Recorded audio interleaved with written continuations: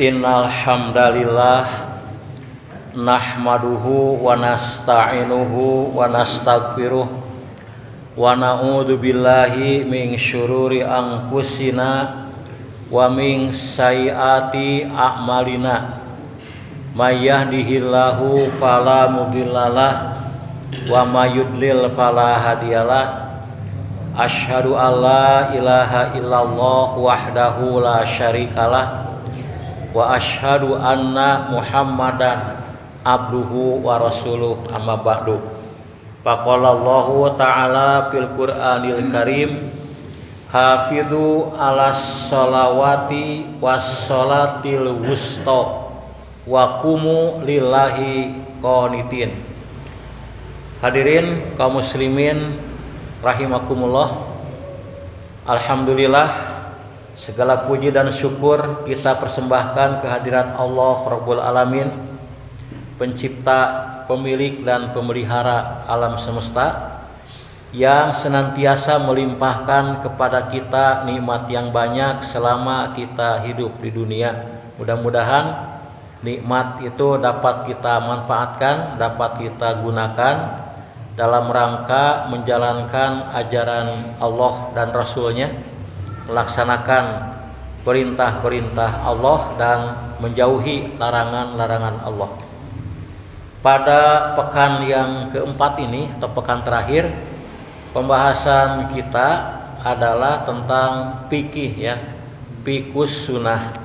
Jadi fikih yang mengacu kepada sunnah. Pada pertemuan terakhir kita sudah menjelaskan tentang 40 keutamaan sholat. Ya, 3 pertemuan kalau nggak salah, 40 keutamaan sholat, dengan harapan semoga kita semakin semangat, semakin serius dalam melaksanakan ibadah sholat. Kita mampu meningkatkan kualitas sholat kita dan juga kuantitas sholat. Nah, pada malam ini kita akan memasuki kajian yang juga paling penting dalam sholat, menjelaskan tentang sifat atau kaifiat sholat. Jadi tata cara melaksanakan sholat. Nah, tentu saja bagaimana kita mengerjakan sholat harus mengikuti tata cara sholat yang pernah dilaksanakan oleh Rasulullah Shallallahu Alaihi Wasallam. Jadi sifat sholat kita harus seperti sifat sholat Nabi. Nah, untuk membahas masalah tata cara sholat yang berusaha mendekati apa yang Nabi lakukan, saya akan menggunakan 4 buah rujukan, Pak. Banyak sebenarnya dalam fikih-fikih tentang sholat, tapi kebanyakan kalau dalam fikih-fikih umum itu ada pembahasan tentang rukun sholat, ada wajib sholat, ada sunat sholat, adab sholat. Jadi banyak itu. Nah, kita akan menggunakan pendekatan yang menyeluruh. Jadi sifat sholat, jadi bagaimana sholat itu dikerjakan, tanpa mempertajam apakah ini rukun, apakah wajib atau sunat. Yang penting inilah sholat yang diajarkan oleh Nabi.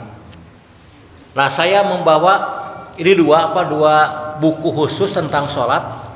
Ada 4 yang akan kita gunakan. Nah, ini yang pertama, ini kalau Bapak mau beli, Pak, gampang, tinggal beli saja. Ini judulnya adalah Tafsir Sholat. Nah, Tafsir Sholat ini penulisnya adalah Ustadz Ami Nurbais, ya. Itu Ketua Dewan Syariah Konsultasi Keislaman, Pak. Nah, ini buku ini punya kelebihan. Kelebihan pertama, harganya mahal, Pak. Ini mahal harganya. Yang juga kelihatan di sini, jilidnya sangat tebal, kertasnya sangat bersih, putih, dan tulisannya jelas, Pak. Ini kelebihan. Utamanya bagi Bapak yang usianya udah tidak muda lagi, Pak. Bukan tua tapi tidak muda lagi, ini cocok mungkin. Tulisannya jelas, tajam. Nah, kemudian isinya ini selain memaparkan dalil-dalil tentang bacaan gerakan sholat dari hadis sahih, juga ditambahkan dengan bagaimana kita mencapai sholat yang khusyuk. Pada sini ada penjelasan. Nah, di sini agar sholat khusyuk dijelaskan kita harus memahami makna gerakan dan bacaan dalam sholat. Dijelaskan, misalkan mengapa kita mengangkat tangan, apa itu hikmahnya, kemudian mengapa kita sedekap, kemudian ruku, sujud, berdiri, itu dijelaskan Pak, hikmahnya, rahasia di balik itu semua yang tidak ada dalam buku yang lain.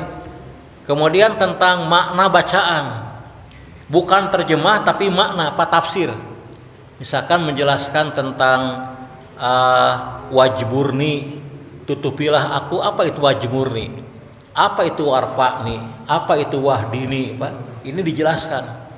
Jadi bagi kita yang ingin meningkatkan pemahaman tentang makna bacaan, mungkin ini bagus, Pak. Satu ini. Nah, pengarangnya Ustadz Amin Nurbais. Nah, kemudian yang kedua, ini lebih tebal lagi dikit. Ini judulnya adalah Sifat Wudu dan Sholat Nabi Sallallahu Alaihi Wasallam. Kalau ini kelebihannya ada wudu, ada mandi, ada tayamum, dan juga di sini ada dzikir pada sholat. Kemudian juga ada penjelasan tentang kesalahan-kesalahan dalam sholat. Ya, ini ada kesalahan pada ditunjukkan. Nah, cuman di sini tidak dijelaskan tentang makna gerakan, tapi sama-sama penuh dengan hadis-hadis Nabi tentang ibadah sholat. Ini penyusunnya adalah, ini Ustadz juga Pak, ya pasti Ustadz lah, masa bukan Ustadz Pak ya, Ustadz Yazid bin Abdul Qadir Jawas. Nah, yang menarik hadirin, kedua Ustadz ini yang nulis buku di kita dikenal sebagai Ustadz Salafi. Salafi itu artinya pengikut salaf, pengikut orang-orang dahulu, sahabat tabi'in. Jadi sama tidak, ternyata ada perbedaan pemahaman, nanti akan kita jelaskan Pak. Jadi walaupun sama-sama ini sebagai salafi, tapi dalam memahaminya itu ada perbedaan, cuman dikit Pak, nggak tajam. Nah, kemudian yang ketiga itu risalah sholat. Ini juga isinya tentang sholat Nabi Pak. Nah, kalau risalah sholat itu bukan disusun perorangan, ini tim lembaga. Itu yang menulisnya adalah para ulama Dewan Hisbah, pimpinan pusat Persis Pak. Ini Pak Santoso mungkin lebih tahu tuh. Risalah sholat itu yang nyusunnya beberapa ulama ya. Nah, kelebihan buku itu apa? Di buku itu lebih luas tentang sholat yang lain, sholat sunat ada. Jadi bukan hanya sholat fardu, sholat sunat juga ada di sana. Juga ada toharohnya, ada wudu, mandi, tayamum. Itu kelebihan buku risalah sholat. Nah, itu Dewan Hisbah Pak yang mengeluarkan, tidak saya bawa Pak, banyak ting gitu. Dua juga belum dibahas kan. Nah, yang keempat ini biasanya yang suka dijadikan rujukan oleh warga Muhammadiyah. Itu tuntunan sholat menurut Majelis Tarjih Muhammadiyah Pak. Itu Majelis Tarjih itu adalah para ulama yang bertugas dalam menjelaskan hukum-hukum Islam. Itu ada timnya Majelis Tarjih. Itu dalam buku ada namanya Himpunan Putusan Tarjih jilid ketiga. Tidak saya bawa karena tebal juga Pak. Nah, ini ada 4 Pak ya, 4 buku rujukan. Dan keempat-empatnya ini buku-buku yang dijadikan rujukan oleh umat Islam di Indonesia. Kalau orang-orang salafi mungkin pakai ini yang 2 ini. Kalau jamaah Persis pakai risalah sholat. Kalau Muhammadiyah pakai yang dari himpunan tarjih itu. Nah, kita ini sebagai pengajian yang bebas Pak ya, bebas, tidak terikat kepada salah satu. Kita mencoba semua bahas Pak ya. Nanti akan, kalau Bapak misalkan saya mah dapat warga Muhammadiyah, ya beginilah Pak pendapat yang diambil. Saya mah ada Persis ya begini, saya mah Persija ya begini Pak ada. Itu semua nanti akan kita jelaskan. Jadi tidak akan ada yang merasa disisihkan Pak ya. Semua akan kita bahas. Nah, bahkan boleh jadi bagi kita yang berpikir lebih jernih dan lebih bebas, boleh jadi kita mengambil dari tiap-tiap buku ini, Pak. Bagian ini nggak setuju, ambil yang itu, silakan Pak. Asal jangan sama nggak setuju semuanya, kenapa nggak akan sholat, nah itu salah Pak. Jadi ini terbuka membahas sholat dari 4 sumber yang terpercaya. Ada yang nanya, kenapa Pak dari NU nggak dibahas? Nah, misalkan kenapa?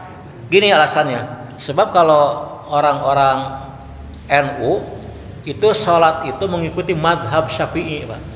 Jadi penekanannya kepada madhab Syafi'inya itu tidak fokus kepada hadisnya, tapi tidak jauh berbeda sih. Tapi nanti akan kita singgung juga Pak di tengah perjalanan ya. Jadi kalau dalam madhab Syafi'i ini yang diambil. Dan kebetulan tidak ada lagi bukunya Pak, tidak menemukan.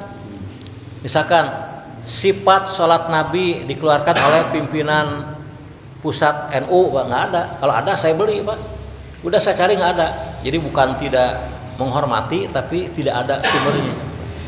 Jadi bagi Bapak yang kebetulan sebagai simpatisan NU tidak usah tersinggung Pak. Karena memang tidak ada itu sumbernya. Kalau ada silakan saya bahas nanti. Baiklah hadirin. Nah sebelum kita membahas tentang sifat atau kaifiat sholat berdasarkan hadis Nabi, ya saya ingin menyampaikan mukadimah, Pak. Mukadimah tentang sholat ini, yaitu mengutip Al-Quran surat Al-Baqarah 238 Pak. Tadi dibacakan di mukadimah. Surat Al-Baqarah 238. Mudah-mudahan ayat ini juga menjadi motivasi buat kita untuk melaksanakan sholat lebih baik lagi Pak. Ayatnya saya bacakan lagi Pak ya. Hafidhu ala sholawati was sholatil wusta wa qumu lillahi qanitin.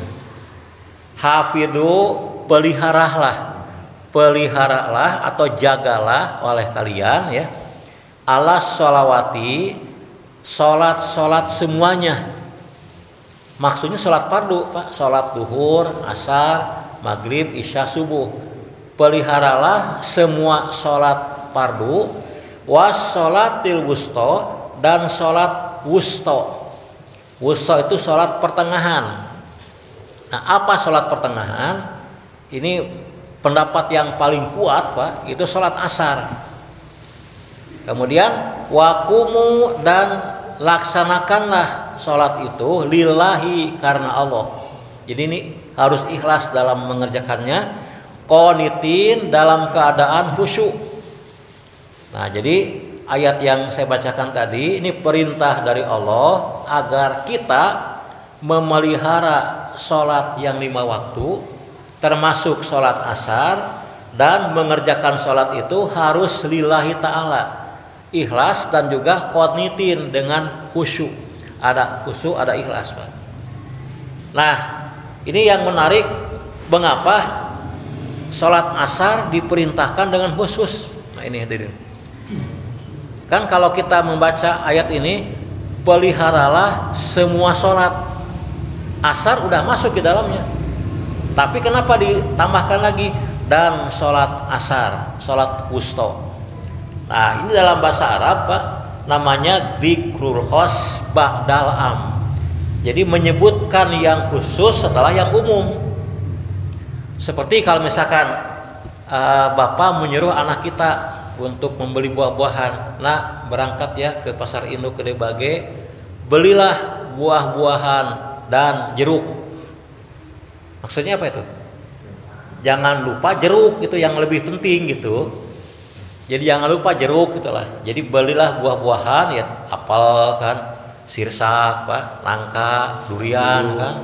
Naon ya Pak bebas, tapi dan jeruk. Berarti si bapak teh pesan jeruk mah penting kade, ulah tinggalin jeruk. Sebab jeruk teh lebih enak buat saya misalkan Pak. Nah ini artinya pelihara sholat yang 5 waktu, terutama asar. Nah kenapa asar itu ditekankan dengan khusus? Itu para ulama menjelaskan sebab Salat asar itu biasanya banyak gangguan untuk mengerjakannya. Kita beri contoh Pak, salat maghrib dengan asar, yakin Pak lebih banyak maghrib jemaahnya. Oh Pak, banyak maghrib Pak ya? Nah kenapa? Karena di dalam hadis salat asar itu salat yang disaksikan oleh para malaikat dengan subuh Pak. Sebenarnya subuh itu lebih banyak lagi hebatnya daripada asar. Cuman asar ini ditekankan karena asar itu waktu yang enak untuk bermain, untuk jalan-jalan, untuk olahraga. Pokoknya untuk tidak sholat lebih enak asar Pak. Pertandingan volleyball dalam rangka HUT RI itu waktunya asar. Bertanding main bola, main voli, asarnya ketinggalan. Sampai ada hadis Nabi mengatakan, man taroka sholatal asar faqad habito amaluhu. Hadis Muslim. Siapa orang yang meninggalkan sholat asar, maka hapuslah amal pada hari itu. Gara-gara asar ditinggalkan. Pagi-pagi sholat duha, agak siang menjenguk orang sakit, kemudian duhur berjamaah, udah itu mengurus jenazah Pak. Jam 2 silaturahim dengan teman-teman. Tapi pas asar ditinggalkan, milih main bola dan voli Pak. Nah maka pahala sholat duha, duhur berjamaah, nengok orang sakit, ngurus jenazah tuh hapus semua Pak. Makanya kalau tidak akan sholat asar Pak, dari pagi jangan berbuat kebaikan Pak, kagok lah. Ya kagok dah, percuma hapus lagi Pak, ente sekalian. Pak kita duha, nggak nanti sore nggak akan asar saya. Pak ada orang sakit kita nengok yuk, enggak lah, pahalanya akan hapus. Kenapa? Nanti saya akan main bola, nggak akan sholat asar. Kagok Pak. Cuman lah, jangan begitu Pak, kita mah asar kerjakan Pak. Nah ini. Nah kemudian yang berikutnya, wakumu lillahi qonitin, dan dirikanlah sholat itu lillahi dengan ikhlas karena Allah, qonitin dalam keadaan khusyuk Pak. Nah dari ayat yang mulia ini kita bisa menarik kesimpulan Pak, kewajiban kita memelihara sholat fardu ya. Ada 8 yang saya hitung Pak, 8 aspek yang harus dipelihara. Mudah-mudahan kita semua bisa 8 aspek sholat yang harus dipelihara Pak. Pertama apa? Waktunya.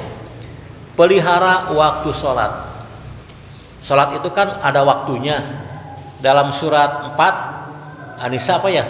103 Allah mengatakan inna sholata kanat alal mu'minina kitabam mauquta. Sesungguhnya sholat itu adalah kewajiban bagi orang beriman yang telah ditentukan waktunya. Pelihara waktu sholat. Sholatlah pada waktunya. Jangan sholat sebelum waktunya atau sesudah waktunya. Di luar itu menjadi tidak sah sholatnya. Nah hadirin wa iman, kemudian kalau kita lihat hadis Nabi, ternyata yang diutamakan itu di awal waktu. Ya, sholat itu boleh pada waktunya, tapi yang lebih utama pada awal waktu, fi awali waktiha. Kecuali isya. Kalau isya itu yang paling utama bukan di awal Pak, di akhir. Tengah malam lah, jam berapa? Jam 11 Pak. Asal jangan udah lewat tengah malam. Karena batas waktu isya itu kan dari habis maghrib sampai tengah malam. Begitu tengah malam lewat, habis Pak waktu isya itu. Kecuali waktu darurat dibolehkan. Kalau waktu terpilih, waktu ikhtiar itu sampai tengah malam. Nah, menjelang tengah malam, jam 11-an itulah saat yang paling utama untuk sholat isya berjamaah. Coba besok Pak jam 11 Pak, sholat isya dijamin kosong Pak. Tunuh Pak. Tapi itu paling utama kalau tidak memberatkan. Ya, kemudian bolehkah sholat fardu di luar waktunya? Kalau sengaja ditinggalkan, dipindahkan nggak boleh Pak. Jadi kalau orang sengaja meninggalkan sholat maghrib jam 9 nanti mau mengkodok, itu menurut pendapat yang paling kuat, orang yang meninggalkan sholat fardu sehingga habis waktunya itu tidak dapat dikodok Pak. Itu pendapat yang paling kuat. Tapi dibolehkan kita itu sholat di luar waktunya itu 3 Pak. Pertama ketika menjama. Nah, kalau menjama boleh kan? duhur asar ketika safar atau ketika sakit Pak. Duhur asar bisa duhurnya ditarik ke asar. Waktunya kan di waktu asar, boleh kalau kita menjamak. Atau misalkan maghrib isya, waktu maghrib tarik ke isya, itu boleh kalau menjamak. Yang kedua, kalau lupa, lupa tidak sholat, itu boleh sholat pada waktu ingat. Udah keluar waktu kan kalau ingat tuh. Ya misalkan kita tidur lah, atau bukan, ya tidur lah. Jam 4 udah bangun pas setengah 5 teh, adzan subuh kedengaran tapi nggak ingat sholat Pak. Sugan teh lain subuh ya mah. Ya tidur aja terus Pak, jam 8 bangun. Aduh, saya tidak sholat subuh. Padahal saya teh mendengar adzan, lupa saya. Ya sholat Pak jam 8 pagi, nggak apa-apa. Bentrok dengan duha juga jam 8. Subuh saya lupa nggak sholat. Isya juga lupa kemarinnya. Jeung maghrib juga lupa deh. Wah, ini parah Pak.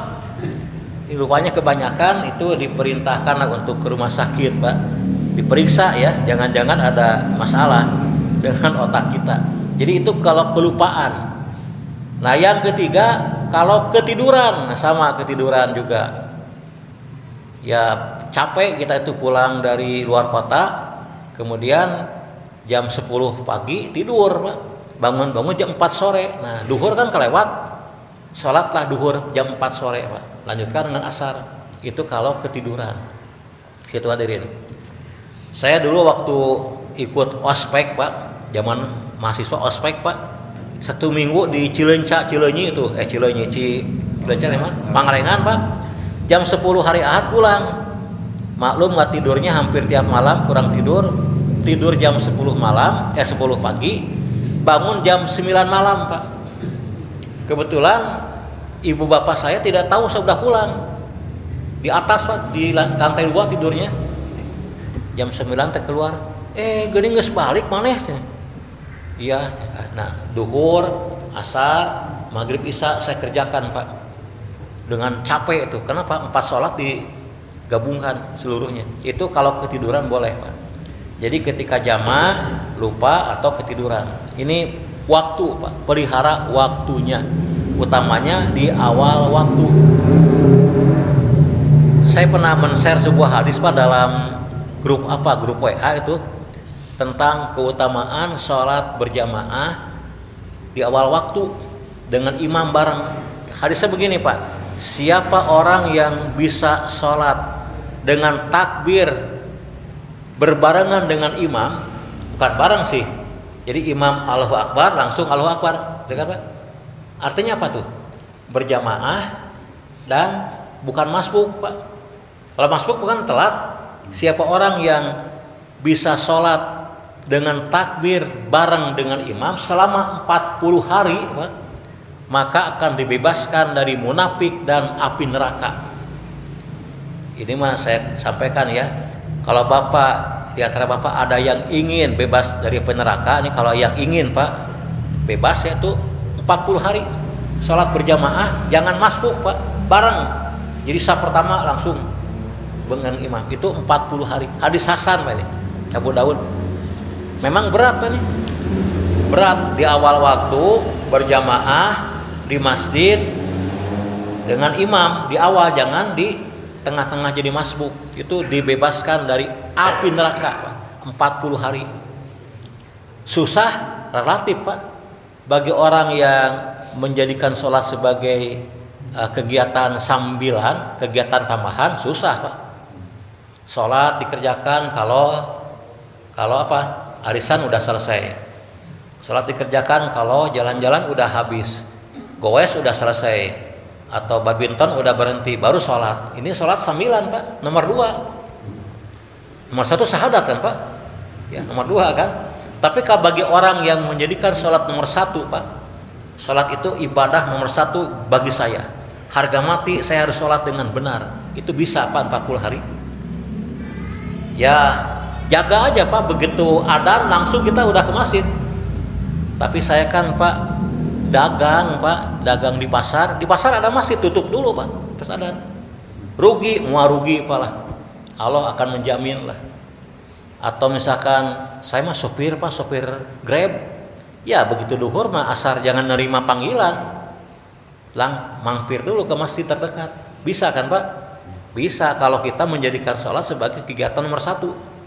Kecuali kalau sekaburuna, nah ini mah mual Pak, tidak akan bisa. Maka beruntunglah kalau bapak yang udah pensiun Pak, bahagia Pak pensiunan mah. Pensiunan maka nggak ada kerjaan Pak ya. Maaf, bukan nggak ada kerjaan, tidak ada pekerjaan yang luar. Sholat itu nomor satu Pak. Jadi kalau pensiunan tidak bisa berjamaah, ini saya kira dipertanyakan ya. Jangan-jangan dia mau pensiun dalam hidup kan ya. Jadi itu bisa Pak, 40 hari bisa Pak. Kecuali kalau memang bapak kerja di tempat orang kafir sebagai bosnya. Nah ini nggak tahu nih. Kan kadang-kadang dipersulit, nggak boleh. Jam 12 harus masih di depan mesin. Yang satu boleh istirahat. Wah ini mah nggak bisa di awal waktu. Tapi kalau di sini kebanyakan bisa semua Pak. 40 hari Pak. Begitu beres, tinggalkan sholat ya Pak. Bebas neraka. Enggak, teruskan Pak. Ini minimal 40 kali berturut-turut. Bisa Pak insya Allah. Yang kedua, memelihara apa? Pakaian. Nah, pakaian sholat itu juga jangan pakaian sembarangan. Coba pikirkan Pak, biasa kita kalau mau ke undangan suka pilih pakaian yang terbaik ya, yang belum pernah kelihatan orang lain. Mensolat naon we lah, asal nyangsang we Pak. Nah ini kurang tepat. Jadi pelihara pakaian sholat itu yang bagaimana? Silakan lihat dalam surat 7 ayat 31, surat Al-A'raf 31 Pak. Ya bani Adam khudu zinatakum inda kulli masjid. Hai anak Adam, pakailah pakaian yang bagus ketika kamu datang ke masjid. Maksudnya sholat Pak, ini juga isyarat di masjid sholatnya. Jadi pakaian yang bagus Pak. Zinah itu pakaian yang bagus. Nah tapi ini tidak menjadi syarat mutlak. Yang syarat mutlak itu pakaian itu dua. Pertama menutup aurat, apa ya? Yang kedua suci dari najis. Surat 74 ayat 4, wasya baka patohir, pakaianmu bersihkanlah. Di samping menutup aurat jelas Pak. Aurat pakaiannya bagus, kemudian bersih tapi bujal ketingali. Nah ini mah tidak sah, auratnya terbuka. Menutup aurat, bersih, suci, dan juga kalau bisa yang bagus Pak. Ini pakaian sholat. Yang ketiga, memelihara tempat sholat. Nah, tempat sholat. Di mana sholat itu tempatnya? Di semua tempat di bumi asal suci dari najis Pak. Nabi mengatakan al-ardu kuluha masjidun Pak ya. Semua bumi itu adalah masjid. Dimanapun kamu sholat itu boleh. Sholat di lapang terbuka boleh. Sholat misalkan di alun-alun silahkan. Sholat di gedung olahraga mangga. Di rumah juga boleh. Di hutan silahkan. Di pinggir jalan boleh. Di tengah jalan ulah katabrak Pak. Itu dimanapun boleh. 3 yang dilarang Pak. Pertama makam. Di makam nggak boleh sholat. Menghadap kuburan itu nggak boleh Pak. Di pinggirnya lah. Yang kedua sholat di jaman Pak. Tapi si sholat ulah Pak. Bau hangseur Pak. Yang ketiga di mana? Tempat pemotongan hewan. Tempat motong hewan itu jaga Pak ya. Tempat motong itu nggak boleh. Karena tempat itu dinilai tempat-tempat yang bernajis dan katanya banyak jin Pak. Banyak jin di sana. Dianalogikan juga di tempat tumbuhan sampah itu jangan Pak. Itu tentang tempat. Jadi dimanapun dibolehkan. Tapi, nah bagi sholat yang fardu, di mana tempatnya yang paling baik? Di masjid Pak. Kan tadi khudu zinatakum inda kulli masjid. Pakailah pakaian yang bagus ketika datang ke masjid. Berarti masjid ini tempat sholat yang paling utama. Itu Pak tentang di masjid ini. Nah kemudian yang keempat, 4 dan kelima Pak. 4, 5 itu gerakan sholat dan bacaan sholat. Nah mungkin nanti kajian ini Pak tentang sifat sholat. Gerakan sholat dan bacaan sholat. Gerakan dan bacaan itu harus berdalil Pak. Ada dalilnya dari Nabi. Kenapa? Sebab Nabi memerintahkan kepada umatnya Solu kama ra'aitumuni usolli. Salatlah kalian seperti kalian melihat aku salat. Ada orang yang sinis, emangnya antum pernah jumpa Nabi? Kok tahu Nabi salat gimana? Pernah kamu lihat? Tidak, Pak. Kita beda zaman, cuman ya kita bisa melihat dengan dalil, melihat hadis-hadis Nabi tentang bagaimana Nabi salat. Itu gerakan. Ya gerakan sholat itu yang jelas harus apa Pak? Benar Pak, benar, dan yang kedua harus tumaninah, nyase Pak, tidak gurung gusuh, tidak ngebut. Benar itu misalkan mengangkat tangan, nah, benar Pak, nggak boleh salah. Asal weh, ada di Pak, ini salah kan Pak? Ada yang begini Pak, ada yang begini kan? Ada Allah. Yang benar itu kan ini Pak ya, menghadap kiblat, telapaknya diangkat setinggi bahu atau telinga. Itu yang benar Pak. Boleh sampai sini atau telinga. Itu benar, dan juga harus tumaninah. Misalkan sujud itu nggak boleh cepat. Diamlah beberapa saat untuk berzikir kan. Ruku juga harus tumaninah, diam, tidak boleh bergerak dengan kecepatan tinggi. Ini masalah gerakan. Bacaan. Nah, bacaan itu pertama benar, Pak, bacaan itu. Benar itu artinya memang ada perintah Nabi, ada contohnya, dalilnya. Benar bacaan. Jangan membaca yang tidak ada dalilnya, Pak. Jangan. Misalkan ketika ruku baca Yasin, jangan, Pak. Jeung hoream panjang teuing, Pak. Itu benar. Yang kedua, baca dengan tartil, Pak. Dengan pelahan, jangan ngebut. Saya pernah lihat video Pak, video taraweh di Jawa Tengah, Jawa Timur ya. Kecepatan tinggi Pak. Bacaan gerakan ngebut, Allah Akbar. Itu mah aerobik juga kalah Pak kecepatannya. Bismillah. Jadi bacaannya tartil. Bahkan baca Al-Fatihah saja, kalau Nabi mencontohkan tidak boleh disambungkan, ya tidak makruh Pak, harus dipotong seayat-ayat, dipotong Pak ya, udah saya jelaskan sering ya. Nah, yang ketiga tuh paham dengan baca maknanya, paham. Dalam surat 4 An-Nisa 43 Pak, Allah berfirman, ya ayyuhalladzina amanu la taqrabus sholata wa antum sukaro hatta ta'lamu ma takulun. Hei orang beriman, janganlah kalian mendekati sholat. Jangan sholat maksudnya ketika kalian sedang mabuk. Coba apa sedang mabuk? Sholat nggak boleh Pak. Sehingga kamu memahami apa yang kamu baca. Ya, hikmahnya kenapa orang mabuk dilarang sholat? Tidak paham yang dibaca. Sedang mabuk Pak. Coba orang mabuk tanya, jam berapa sekarang Pak? Sedang mabuk.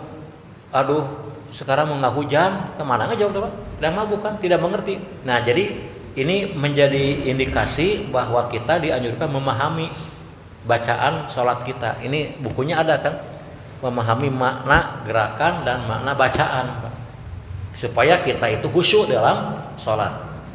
Jadi memahami bacaan sholat, jangan sampai kita tidak paham. Nah, kemudian apalagi hadirin? Oh iya, yang keenam. Nah, yang keenam, memelihara sholat yang keenam adalah memelihara berjamaah. Dengan berjamaah, memelihara berjamaahnya. Tentang berjamaah ini dalilnya banyak Pak, di Quran contohnya. Surat 2:43. 2 itu Al-Baqarah 43. Gimana? Wa aqimus sholata wa atuz zakata warka'u ma'ar rakiin. Itu kepada Bani Israil Pak. Dirikan sholat dan keluarkan zakat dan rukulah bersama orang-orang yang ruku. Padahal ada perintah dirikan sholat di awal Pak, tapi di ujungnya ada perintah tambahan, rukulah bersama orang yang ruku. Artinya sholatnya harus berjamaah. Ada yang berkilah, itu mah perintah ruku Pak, cenah, bukan sholat. Ya ruku teh dina sholat Pak. Ini gaya bahasa Al-Quran. Jadi itlaqul juz wa iradatul kul, gaya bahasa Pak, majaz ya. Disebut sebagian, yang dimaksud seluruhnya, gitu Pak. Coba contoh Pak, ada ayat ini, tabat yada Abi Lahab wa tab, binasalah, celakalah kedua tangan Abu Lahab. Yang celaka tangannya atau apanya Pak Abu Lahab tuh? Semuanya Pak, bukan cuma tangannya doang kan? Itu gaya bahasa Pak, pars prototo dalam bahasa Indonesia. Jadi sebagian untuk seluruhnya Pak. Iya, celaka tangan Abu Lahab, kepalanya selamat, sama Pak, kakinya sama, cuman tangan disebut. Nah, rukulah bersama orang yang ruku, artinya sholatlah bareng dengan orang lain, namanya berjamaah. Itu Quran Pak. Jadi kalau tanya dalil, ada apa perintah berjamaah, ada apa itu? Warka'u ma'aroki'in. Dalam hadis banyak Pak tentang hukumnya. Ya kita lihat Pak, di zaman Nabi itu ada seorang buta tunanetra yang datang menghadap Nabi, ya Rasulullah, saya minta dispensasi, bisa enggak? Kenapa gitu? Saya mau berjamaah ke masjid tapi tidak ada yang menuntun saya. Saya kan orang buta, saya takut jatuh, bagaimana ya Rasul? Ya udah, sholatlah di rumah, kata Nabi. Orang itu pun pergi. Tapi belum jauh dipanggil lagi, hei bang, sini bang, sebentar, mau tanya. Apa ya Rasul? Kalau di masjid adzan, kedengaran enggak ke rumah kamu? Kedengaran, ya datang. Jadi kalau adzan kedengaran, datang ke masjid. Kalau nggak kedengaran, boleh nggak datang Pak. Makanya kalau pilih rumah yang jauh Pak dari masjid, supaya nggak kedengaran. Iya. Tapi kedengarannya tidak pakai pengeras suara Pak, alami. Yang adzan kan di atas Pak ya, di menara kalau ada. Nah kalau adzan tanpa pengeras suara yang alamiah, sampai ke rumah kita, wayahna Pak kudu datang. Deket teuing, pindahkeun isuk rumah jauh. Pindahkeun jauh isukna mah Pak teu kadenge Pak, tenang we, tidak kedengaran. Itu Pak ajib, kalau kedengaran datang Pak. Sekarang mah pakai pengeras suara kan sulit mendeteksinya. Kadang-kadang adzan dari sini Pak kedengaran ke rumah saya Pak, kedengaran. Wah, muhajirin adzan. Beda suarana kieu muhajirin adzan. Sudah bisa bedakan, beda tulis sajian Pak. Banyak itu kedengaran Pak. Itu pakai pengeras suara, enggak usah datang Pak saya ke sini mah Pak, ke masjid yang dekat. Itu Pak ajib, datanglah kalau kedengaran adzan.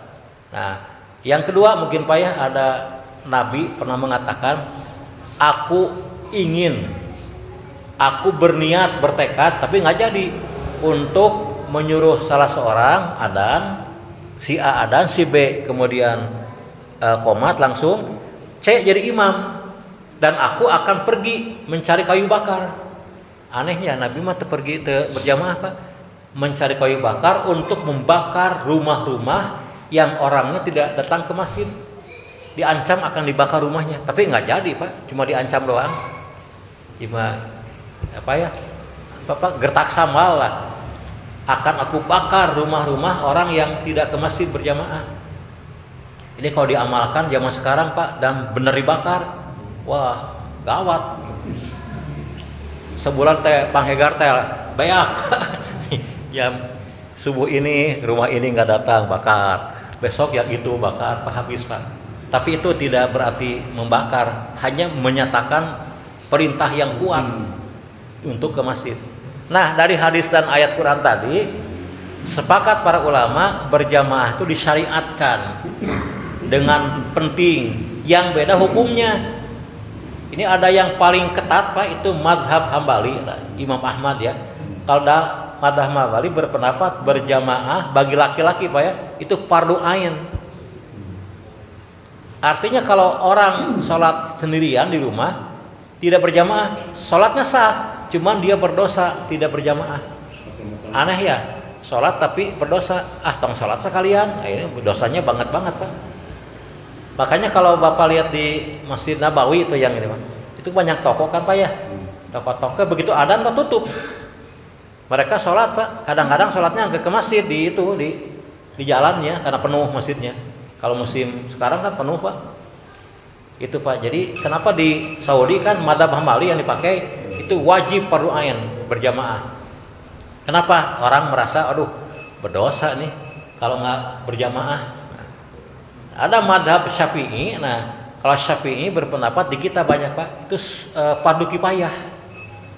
Kalau fardu kifayah kan tidak usah semua ke masjid, cukup beberapa orang, Pak.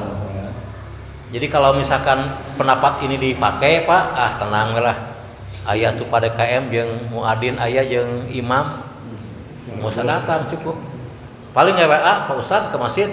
Iya, kenapa? Saya nggak akan ya, kan Bapak udah ke masjid. Fardu kifayah kan, Pak? Sip. Gitu, Pak.